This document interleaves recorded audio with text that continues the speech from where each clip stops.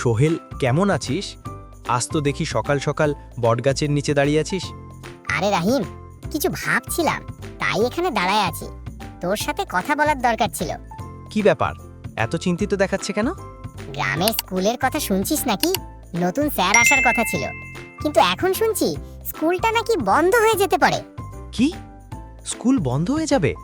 তাহলে গ্রামের বাচ্চারা কোথায় পড়বে? এই তো সমস্যাটা। সবাই বলছে ছাত্র কম, তাই স্কুল বন্ধ করার কথা ভাবছে। কিন্তু আমি ভাবলাম, যদি আমরা সবাইকে বুঝাই, তাহলে গ্রামের বাচ্চারা আবার স্কুলে ফিরবে। তুই ঠিক বলছিস, কিন্তু আমাদের দুইজনের কথায় গ্রামের সবাই রাজি হবে তো? শুনবে রে ভাই, আমরা চেষ্টা না করলে আর কে করবে? স্কুলটা গ্রামের ভবিষ্যৎ। ঠিক আছে, তাহলে আজ বিকেলে আমরা সব বাড়িতে গিয়ে কথা বলবো, মানুষকে বুঝাবো স্কুলটা যেন বন্ধ না হয়। দেখ, তুই না থাকলে আমি সাহসই পাইতাম না। তুই থাকলে সবসময় শক্তি পাই।